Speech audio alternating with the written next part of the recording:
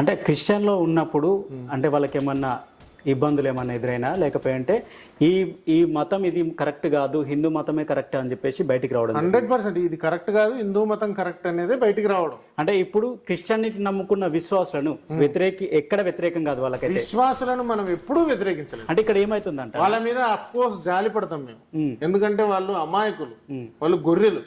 Pastor ఏది చెప్తే అదే నిజమని నమ్మేటటువంటి అంధవిశ్వాసులు. ఓకే, అంటే మీరు ఇప్పుడు అన్నారు గొర్రెలు అని చెప్పేసి బయట పబ్లిక్ లో అంటే కొంతమంది డౌట్ నేను మీతో అడుగుతున్నా, డైరెక్ట్ అడగాలి కాబట్టి అడగండి. ఇప్పుడు ఎట్లయితే పాస్టర్స్ ఉన్నారు క్రిస్టియానిటీలో, హిందూ దాంట్లో కూడా కొంతమంది మత గురువులు అని చెప్పేసి ఉంటున్నారు. చాలా మంది మన దేశంలో చాలా మంది దొరికిండ్రు, లక్షల మంది ఉన్నారు. సో వాళ్ళకి వీళ్ళకి తేడా అయింది. వాళ్ళు చేసేది బిజినెస్, వీళ్ళు చేసేది బిజినెస్ కదా. బిజినెస్ అబ్బా, కాదని నేను అనట్లేదు. మరి ఇక్కడ మతానికి సంబంధించి ఎక్కడ వాళ్ళకు ప్రేరేపితమై వాళ్ళని ఎట్లా సెటిల్ చేస్తున్నారు? మరి ఇక్కడ దానికి దీనికి ఉన్న తేడా ఏమంటే